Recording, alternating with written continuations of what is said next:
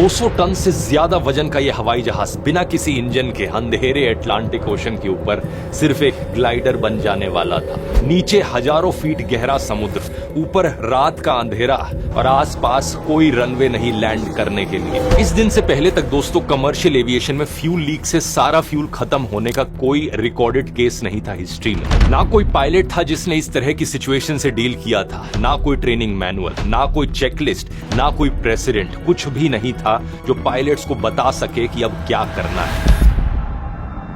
नमस्कार दोस्तों, 23 अगस्त साल 2001 रात के करीब 11 बज रहे थे। टोरंटो के पियर्सन इंटरनेशनल एयरपोर्ट पर हलचल का माहौल था। गर्मियों के मौसम में गेट्स पर लोगों की भीड़ लगी थी। फैमिलीज, कपल्स, स्टूडेंट्स सब अपनी अपनी फ्लाइट्स के लिए अलग अलग गेट से बोर्डिंग कर रहे थे और इन्हीं में से एक गेट पर एयर ट्रांजिट, एक कैनेडियन एयरलाइन की फ्लाइट TSC 236 खड़ी थी। टोरंटो से पोर्चुगल जाने वाली एक रेगुलर ओवरनाइट फ्लाइट। इसमें 293 पैसेंजर्स और 13 क्रू मेंबर्स यानी कुल 306 लोग सवार थे। ज्यादातर पैसेंजर्स पोर्चुगीज ओरिजिन के कैनेडियन थे जो समर वेकेशन के वक्त पोर्चुगल जा रहे थे। 24 अगस्त रात के 12:52 पर यह फ्लाइट टोरंटो से टेक ऑफ करती है। 240 at 8 cleared for takeoff 24 right Transat 236 heavy।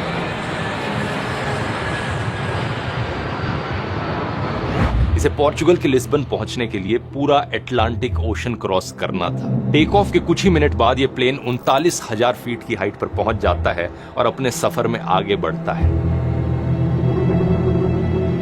Passengers ने डिनर किया, कुछ लोगों ने मूवीज देखी, बच्चे सो गए और धीरे धीरे कैबिन की लाइट्स डिम हो गई। एक बिल्कुल नॉर्मल ट्रांस अटलांटिक फ्लाइट की तरह यह हवाई जहाज अंधेरे में अटलांटिक ओशन के ऊपर से शांति से गुजर रहा था। ऊपर से दिखने में सब कुछ नॉर्मल लग रहा था, लेकिन इसी बीच कॉकपिट में कुछ ऐसा हो रहा था जो इस फ्लाइट को एविएशन हिस्ट्री की सबसे खतरनाक फ्लाइट्स में से एक बना देगा।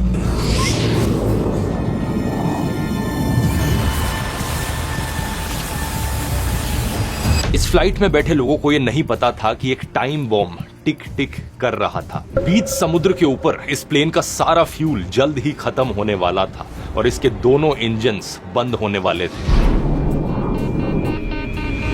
ऊपर से इस फ्लाइट की कमांड थी एक ऐसे पायलट के हाथ में जो ड्रग स्मगलिंग के चार्जेस पर सालों तक जेल में सजा काट कर आए थे। लेकिन इनके इस राज के बारे में प्लेन में किसी को नहीं पता था।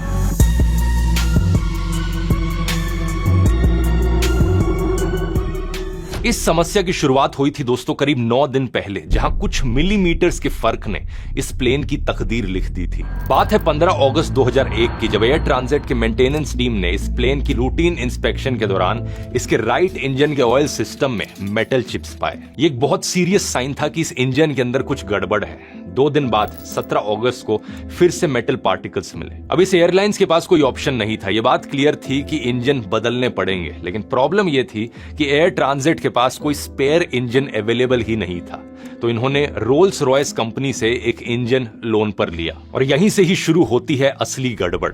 अब इमेजिन करो दोस्तों, आपके फोन का चार्जर खराब हो जाए और आप उससे एक मिलता जुलता चार्जर लगाते हो जो दिखने में सेम लगे लेकिन अंदर का पिन थोड़ा अलग हो। ऐसे में आपका चार्जर कुछ दिन चलेगा लेकिन फिर शॉर्ट सर्किट हो जाएगा। एग्जैक्टली यही हुआ इस प्लेन के साथ। रोल्स रॉयस का जो नया रिप्लेसमेंट इंजन आया वो पुराने डिजाइन का था। प्लेन का सिस्टम नए डिजाइन का था। बाहर से सब सेम दिखता था लेकिन अंदर की फ्यूल और हाइड्रोलिक ट्यूब्स की फिटिंग थोड़ी अलग थी। और जब ये एयर ट्रांजिट को डिलीवर हुआ तो इंस्पेक्शन में ये फर्क पकड़ा ही नहीं गया। इंजन बदलने का काम 17 अगस्त की आधी रात को शुरू होता है। ये काम संडे दोपहर तक पूरा होना जरूरी था क्योंकि प्लेन की स्केड्यूल्ड फ्लाइट थी उस वक्त, यानी मैकेनिक्स के पास बहुत टाइट डेडलाइन थी। जैसे ही मैकेनिक्स इंजन बदलने का काम शुरू करते हैं तभी एक प्रॉब्लम आ जाती है। नए इंजन पर प्लेन का हाइड्रोलिक पंप लग नहीं रहा था क्योंकि बीच में इंजन के एक फ्यूल ट्यूब आ रही थी। अब यहाँ पर लीड टेक्नीशियन ने जब एयरबस की पार्ट्स लिस्ट सर्च की तो उसे पता चला कि इस इंजन के फ्यूल और हाइड्रोलिक ट्यूब्स का डिजाइन प्लेन के बाकी सिस्टम से बहुत अलग है। इस बंदे को समझ नहीं आया कि इस पुराने डिजाइन के इंजन को इस नए पंप के साथ कैसे फिट किया जाए। इसके लिए इसने 3 अलग अलग कंप्यूटर्स पर रोल्स रॉयस की मैनुअल खोलने की कोशिश की, लेकिन तीनों बार नेटवर्क डाउन होने की वजह से खुला नहीं। लेकिन यहाँ पर एक चौंकाने वाली बात हुई। सर्विस बुलेटिन मैनुअल एक्चुअली में ऑफलाइन सीडीज में मौजूद थी, लेकिन हमारे लीड टेक्नीशियन भैया को इन सीडीज के बारे में पता ही नहीं था। यानी वो डॉक्यूमेंट जिस पर सैकड़ों लोगों की जान डिपेंड करती थी वो उसी बिल्डिंग में पड़ा था, लेकिन किसी ने उसे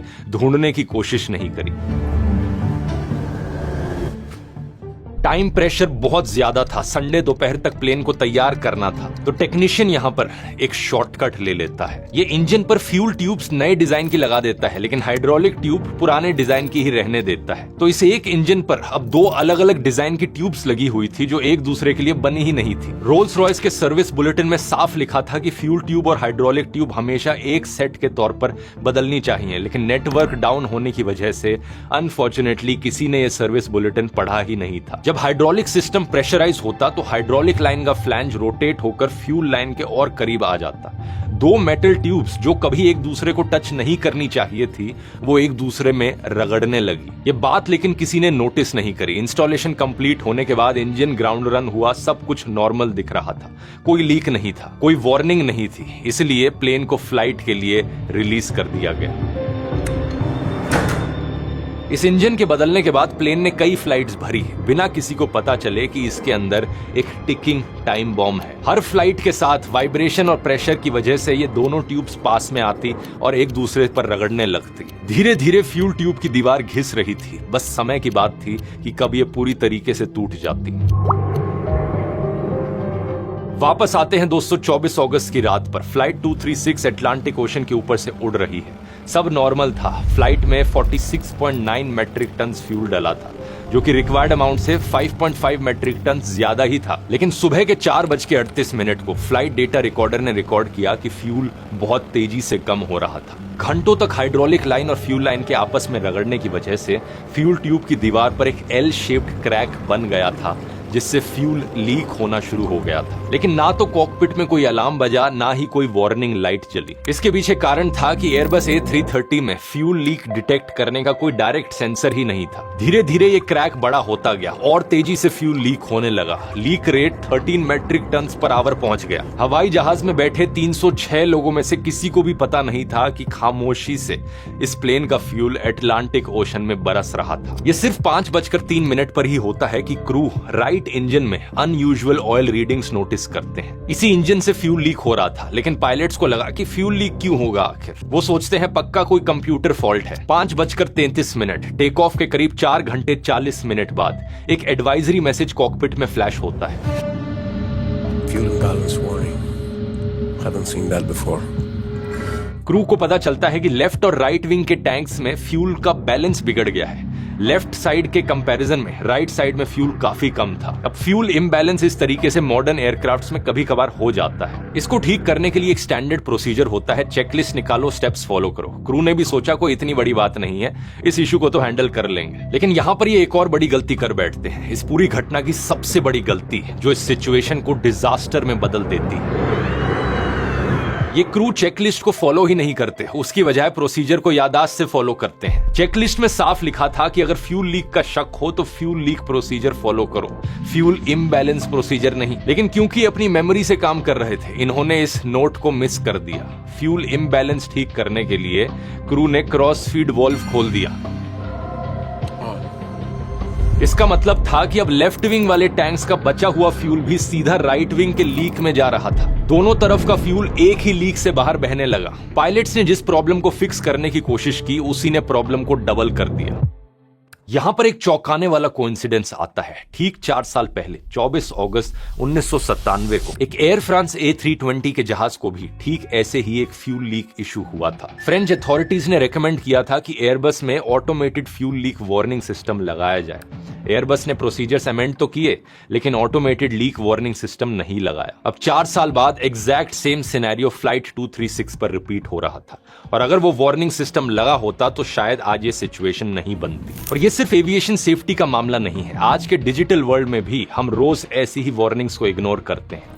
unsafe websites, tracking, cookies, phishing links, हम सोचते हैं कि हमारे साथ कुछ नहीं होगा, लेकिन जिस तरह फ्लाइट 236 को एक ऑटोमेटेड वार्निंग सिस्टम की जरूरत थी, उसी तरह आपको भी अपने डिजिटल लाइफ के लिए एक रिलायबल प्रोटेक्शन सिस्टम चाहिए। और यही काम करता है NordVPN का थ्रेट प्रोटेक्शन फीचर। NordVPN वैसे तो एक VPN की ऐप है, लेकिन इसका ये वाला फीचर बिना VPN कनेक्टेड करे भी काम कर सकता है। ये ऑटोमेटिकली ट्रैकर्स रोकता है, एनोइंग एड्स को ब्लॉक करता है, और अगर आप किसी स्कैम या फिशिंग वेबसाइट पर जाने वाले हो तो पहले वार्न करता है। आप नॉर्ड वीपीएन के एक अकाउंट से अप टू 10 डिवाइसेस की प्रोटेक्शन ले सकते हो और इसकी जो वीपीएन की फंक्शनैलिटी है वो भी अपने आप में बहुत यूजफुल है लोकेशन को स्पूफ करने के लिए। ट्रैवल करते हुए अलग अलग देशों में अक्सर कंट्री रिस्ट्रिक्शंस लगी होती हैं, ये उन्हें बाईपास कर सकता है। अब क्योंकि नॉर्ड वीपीएन ने इस वीडियो को स्पॉन्सर किया है तो आपको इनके 2 साल के प्लान पे एक बहुत बड़ा डिस्काउंट मिलेगा, प्लस 4 एक्स्ट्रा महीने फ्री मिलेंगे। इस ऑफर का आप फायदा उठा सकते हो इस लिंक पर जाकर nordvpn.com/dhruv। प्लस यहाँ 30 डे मनी बैक गारंटी भी है, तो कोई रिस्क नहीं है। nordvpn.com/dhruv खुद जाकर चेक कर सकते हो। वापस अपनी फ्लाइट 236 पर आए तो क्रॉस फीड खोलने के बाद कैप्टन ने एक्सपेक्ट किया था कि फ्यूल रीडिंग स्टेबलाइज हो जाएंगी, लेकिन नंबर्स गिरते रहे। लेफ्ट साइड में भी अब फ्यूल कम होने लगा। उन्हें कुछ समझ नहीं आ रहा था कि हो क्या रहा है। कैप्टन ने केबिन क्रू को कहा, खिड़कियों से बाहर देखो, विंग्स और इंजन चेक करो, कहीं फ्यूल लीक होता हुआ तो नहीं दिख रहा है। लेकिन रात का अंधेरा था, नीचे सिर्फ काला समुद्र था, खिड़कियों से कुछ नजर नहीं आया। लेकिन फ्लाइट में बैठे हुए लोग इस बात से पूरी तरीके से अनजान थे। उन्हें लग रहा था कि अब कुछ ही देर में ब्रेकफास्ट सर्व किया जाएगा और प्लेन बड़ी शांति से लिस्बन में लैंड कर जाएगा। लेकिन 5:45 फ्यूल अब इतना लीक हो चुका था कि लिस्बन तक नहीं पहुंचा जा सकता था। इस फ्लाइट की कमांड संभाले थे कैप्टन रॉबर्ट पीश, जिनके पास 16,800 घंटे का फ्लाइंग एक्सपीरियंस था, और साथ में थे इनके को पायलट डर्क डेजागर, जिनके पास 4,800 घंटे का फ्लाइंग एक्सपीरियंस था। खास बात यह थी कि कैप्टन बुश पायलट के तौर पर भी काम कर चुके थे। इन्हें बिना किसी रनवे के जंगलों में और झीलों में प्लेन को उतारने का एक्सपीरियंस था। ऐसे में फ्यूल लीक होता हुआ देख ये फैसला करते हैं कि फ्लाइट को डाइवर्ट कर दिया जाए। अटलांटिक ओशन के बीचों बीच कुछ छोटे से आइलैंड्स मौजूद हैं जिनके बारे में ज्यादा लोग जानते नहीं हैं। अजोरेस के आइलैंड्स। कैप्टन पीश अजोरेस के टेरसीरिया आइलैंड पर स्थित लार्जेस्ट एयरपोर्ट पर डाइवर्ट करने का फैसला करते हैं। ये एक मिलिट्री एयरबेस था। 5:48 पायलट्स एटीसी को इन्फॉर्म करते हैं कि उनके पास अब सिर्फ 7 मेट्रिक टन फ्यूल बचा है। Transat 236 Heavy declaring fuel emergency. ये अजोरस का लार्जेस्ट एयरपोर्ट अभी भी सैकड़ों मील दूर था और क्रू को अभी भी क्लियरली समझ नहीं आया था कि एक्चुअल प्रॉब्लम फ्यूल लीक की है। 6:13 प्लेन अभी भी 34,000 फीट की हाइट पर था, लेकिन लार्जेस की तरफ डिसेंड कर रहा था। पायलट्स को उम्मीद थी कि किसी न किसी तरीके से वहां पर पहुंच ही जाएंगे, लेकिन तभी अचानक से राइट इंजन फ्यूल स्टार्वेशन की वजह से पूरी तरीके से काम करना बंद कर देता है। अटलांटिक ओशन के ऊपर 34,000 फीट की हाइट पर यह ट्विन इंजन एयरक्राफ्ट अब सिर्फ एक इंजन पर चल रहा था। ETOPS यानी extended range twin engine operations performance standards इसी कंडीशन के लिए बनाए गए हैं, जिनके हिसाब से सिंगल इंजन फेलियर के बाद भी कम स्पीड पर दूसरे इंजन की वजह से प्लेन नजदीकी एयरपोर्ट तक पहुंच सकता है। लेकिन दिक्कत यह थी कि एक नॉर्मल सिंगल इंजन फेलियर नहीं था। लेफ्ट इंजन का फ्यूल भी लगभग खत्म हो चुका था। Fuel quantities reaching 0. We're losing engine number 2. I don't believe this. इसी बीच कैप्टन अपना सिंगल इंजन डिसेंट शुरू करते हैं। कैबिन में कुछ पैसेंजर्स को इंजन साउंड में चेंज फील हुआ, लेकिन अभी तक उनको कुछ पता नहीं था कि एग्जैक्टली क्या हो रहा है। Lights started flickering on and off, which I thought was kind of odd, strange. 6:26 right engine बंद होने के ठीक 13 मिनट बाद लेफ्ट इंजन भी बंद हो जाता है। 306 लोगों से भरा हुआ यह हवाई जहाज अब एक ग्लाइडर बन गया था। यह फ्लाइट अभी भी अजोरेस के एयरपोर्ट से 144 किलोमीटर 144 किलोमीटर दूर थी। दूसरे इंजन के बंद होते ही कॉकपिट स्क्रीन्स डार्क हो जाते हैं। मेन इलेक्ट्रिकल जनरेटर्स ऑफ हो गए। कैबिन की सभी लाइटें बुझ गई। पूरा प्लेन अब अंधेरे में था। लोग एकदम से पैनिक की सिचुएशन में आ गए। आखिर यहाँ हो क्या रहा था? Mayday, mayday, mayday. We have lost both engines due to fuel starvation. We are gliding now. Captain अब रियलाइज कर लेते हैं कि अब अगर उन्हें अपने साथ साथ 305 लोगों की जान बचानी है तो उन्हें दोनों इंजन्स के बिना इस फ्लाइट को सेफली लैंड कराना होगा। लेकिन इतिहास में आज तक दोस्तों किसी भी कमर्शियल पैसेंजर जेट ने इतनी दूर तक पावरलेस ग्लाइड अटेम्प्ट नहीं किया था। यहाँ पर कोई सेकंड चांस नहीं था। अगर प्लेन इस एयरपोर्ट तक नहीं पहुंच पाया तो अटलांटिक ओशन के ठंडे पानी में ही क्रैश कर जाएगा। दोनों इंजन्स बंद होने के बाद प्लेन इमरजेंसी पावर सोर्स पर आ गया। Rat full form RAM air turbine automatically deploy हो गई। अगर आपको याद हो दोस्तों, इसकी बात एयर इंडिया क्रैश वाले वीडियो में भी की गई थी। ये एक छोटी सी विंड टर्बाइन होती है जो हवा में घूमकर इमरजेंसी पावर जनरेट करती है, जिससे बेसिक इंस्ट्रूमेंट्स और कुछ हाइड्रोलिक सिस्टम्स काम कर सके। रैट को ऑपरेट करने के लिए लेकिन प्लेन की मिनिमम स्पीड 140 नॉट्स होनी चाहिए। कैप्टन पीश एयर ट्रैफिक कंट्रोलर्स को बताते हैं कि शायद उन्हें समुद्र में ही उतरना पड़ सकता है। Not sure we can make it to Lucas.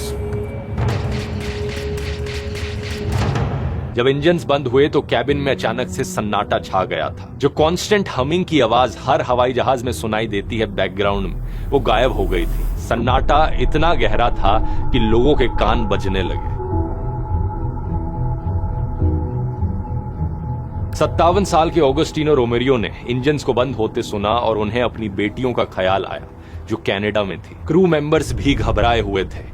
एक फ्लाइट अटेंडेंट रोमेरियो के पास आकर कहने लगी, please help me, please help me. 24 साल के helicopter pilot trainee Daniel Rodriguez ने क्रू मेंबर्स को एक दूसरे पर और पैसेंजर्स पर चिल्लाते हुए सुना। 18 साल के स्टूडेंट वास्को दो सैंतोस जो इसी फ्लाइट में बैठे थे, उन्हें बार बार प्लेन क्रैश मूवीज की याद आने लगी,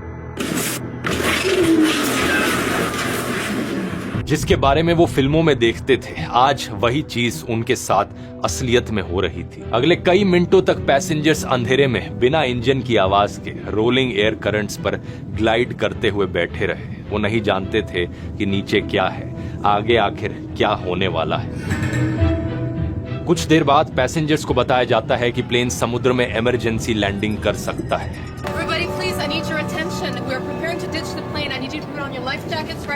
कैप्टन ने ऑफिशियली एक्सेप्ट कर लिया था कि प्लेन पानी में उतर सकता है। फ्लाइट डायरेक्टर, जो कि senior most cabin crew member होते हैं, वो अपनी इमरजेंसी एक्शन प्लान चेकलिस्ट निकालते हैं। कैबिन क्रू को कहा जाता है कि अपनी लाइफ जैकेट्स निकाल लो और पैसेंजर ब्रीफिंग के लिए रेडी हो जाओ। Prepare the cabin. The cabin's slowly depressurizing. We need to put our oxygen masks on. Crew members passengers को अपनी लाइफ जैकेट्स निकालने को कहते हैं। ब्रेस पोजीशंस की इंस्ट्रक्शंस इंग्लिश और फ्रेंच में दी जाती हैं। कुछ पोर्चुगीज पैसेंजर्स भी इस फ्लाइट में मौजूद थे, जिन्हें इनमें से दोनों में से कोई भाषाएं नहीं आती थी। लैंग्वेज की वजह से उन्हें समझने में दिक्कत हो रही थी कि एक्चुअली हो क्या रहा है। लाइफ जैकेट्स में भी प्रॉब्लम्स आई। कुछ जैकेट सिंगल स्ट्रैप की थी, कुछ 2 स्ट्रैप की थी और पैसेंजर्स को टाइटली बाउंड इलास्टिक बैंड्स में फंसी ट्रैप्स मिल नहीं रही थी। कई पैसेंजर्स को फिजिकली क्रू मेंबर्स ने मदद करी जैकेट्स पहनाने में। जब क्रू ने emergency water landing procedures demonstrate करने शुरू किए तो कुछ लोग चीख उठे, कुछ लोग बिल्कुल सफेद पड़ गए और बहुत से लोगों ने प्रार्थना करनी शुरू कर दी। ग्रेस रोमेरो ने अपने बगल वाले पैसेंजर का हाथ कसकर पकड़ लिया। बस यही उम्मीद थी कि सब ठीक हो जाए। वो बस इतना चाहती थी कि ओशन में ना गिरे। पैसेंजर मार्गरेट मैककिनन को उस वक्त इथोपियन एयरलाइंस फ्लाइट 961 की याद आ गई। उन्होंने एक डॉक्यूमेंट्री में देखा था कि कैसे कुछ साल पहले 1996 में एक हवाई जहाज इंडियन ओशन में गिरा था। तुरंत समुद्र में टच करते ही टूट गया और सारे लोग मारे गए। मैककिनन को उस डॉक्यूमेंट्री की वजह से पता था कि वाटर क्रैश में बचने के चांसेस बहुत कम हैं। उन्होंने मौत को एक्सेप्ट कर लिया था, लेकिन उनके साथ बैठे उनके पति बाल्जिकस ने यह मानने से रिफ्यूज कर दिया। उन्होंने प्लान बनाया कि ओशन में गिरेंगे, एग्जिट से निकलेंगे, किनारे तक स्विम करेंगे। उन्हें यकीन था कि समुद्र में गिरकर भी हमें स्विमिंग आती है, हम बच सकते हैं। वो मैककिनन से कहते हैं, वील नीड आवर शूज, हमें अपने जूतों की जरूरत पड़ेगी। एक हवाई जहाज की पानी में कंट्रोल्ड लैंडिंग करना, इसे वाटर डिचिंग कहा जाता है। ये एविएशन के सबसे खतरनाक इमरजेंसी प्रोसीजर्स में से एक है। डिचिंग के इनिशियल इंपैक्ट को 95% ऑक्यूपेंट सर्वाइव कर लेते हैं, डेटा ये बताता है। लेकिन उसके बाद ड्राउनिंग और हाइपोथर्मिया की वजह से ओवरऑल सर्वाइवल रेट गिरकर सिर्फ 76% रह जाता है। अब दिक्कत ये थी कि ये एवरेज डेटा था और फ्लाइट 236 का केस एवरेज से बहुत अलग था। ये फ्लाइट रात के अंधेरे में उड़ रही थी, अटलांटिक ओशन के ऊपर उड़ रही थी। नाइट डिचिंग में पायलट्स को वेव्स की हाइट और सरफेस दिखाई नहीं देते। इसके अलावा इस समुद्र में अगस्त के महीने में भी पानी इतना ठंडा होता है कि लोग हाइपोथर्मिया की वजह से मारे जा सकते हैं। बाहर खिड़कियों से सिर्फ काला अंधेरा दिखाई दे रहा था, ना कोई स्टार्स, ना कोई लाइट, ना जमीन, ना कोई निशान, बस नीचे हजारों फीट गहरा ठंडा अटलांटिक ओशन। कुछ पैसेंजर्स ने अपनी फैमिली फोटोज निकाल ली थी, कुछ ने आंखें बंद कर ली थी। एक माँ ने अपने बच्चे को कसकर सीने से लगा लिया था। कैप्टन पिश और को पायलट डे जागर इमरजेंसी चेकलिस्ट पर काम कर रहे थे, विजुअल रनवे अप्रोच की तैयारी कर रहे थे। इंजन पावर के बिना पायलट्स के पास रनवे पर लैंड करने का सिर्फ एक मौका था, कोई गो अराउंड का ऑप्शन नहीं था। 6:31 पायलट्स ने लार्जेस्ट अप्रोच से कांटेक्ट किया। तब प्लेन 27,000 फीट पर था और लार्जेस्ट 33 नॉटिकल माइल्स दूर था। 6:36 क्रू ने रनवे लाइट्स को देखा, रिपोर्ट दी। अब प्लेन सिर्फ 14 नॉटिकल माइल्स दूर था। कैप्टन ने बताया कि उन्हें रनवे की फ्लैशिंग लाइट्स बहुत दूर से दिख गई थी और उन्हें विश्वास था कि उनके पास एयरपोर्ट तक ग्लाइड करने के लिए काफी ऑल्टीट्यूड है। 6:43 लैंडिंग गियर नीचे आता है और फिर 6:45 ये प्लेन लार्जेस्ट एयरबेस पर लैंड कर जाता है।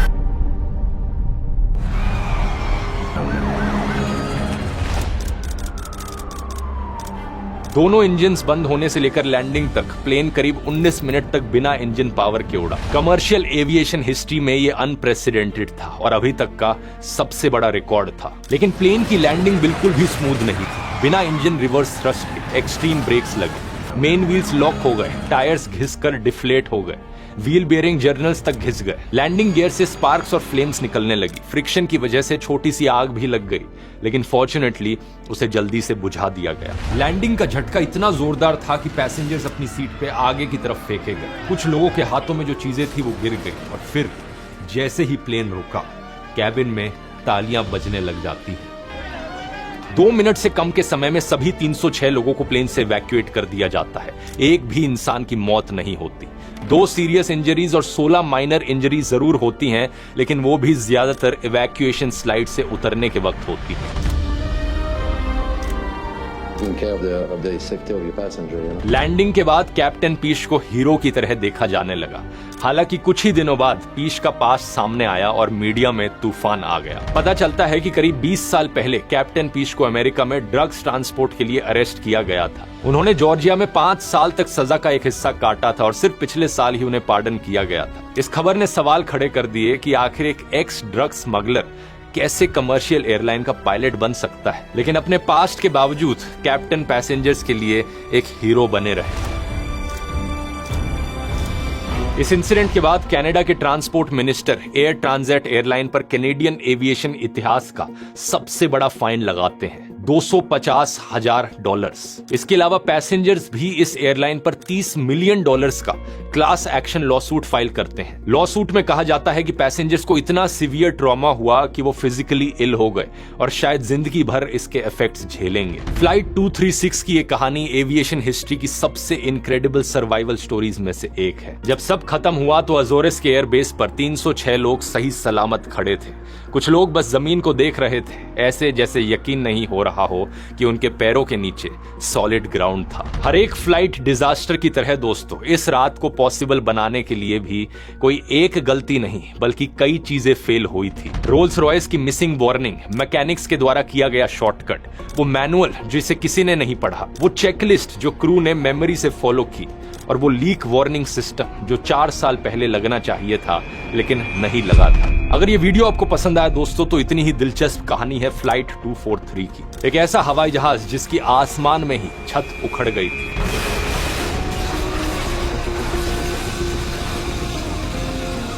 अब सोचकर देखो, आप एक फ्लाइट में बैठे हो और ऊपर से छत ही निकलकर गिर जाए। ऐसी सिचुएशन में आप क्या करोगे? और इससे ज्यादा जरूरी सवाल यह है कि एक पायलट क्या करेगा। जानने के लिए यहां क्लिक करके ये वाला वीडियो देख सकते हो। बहुत बहुत धन्यवाद।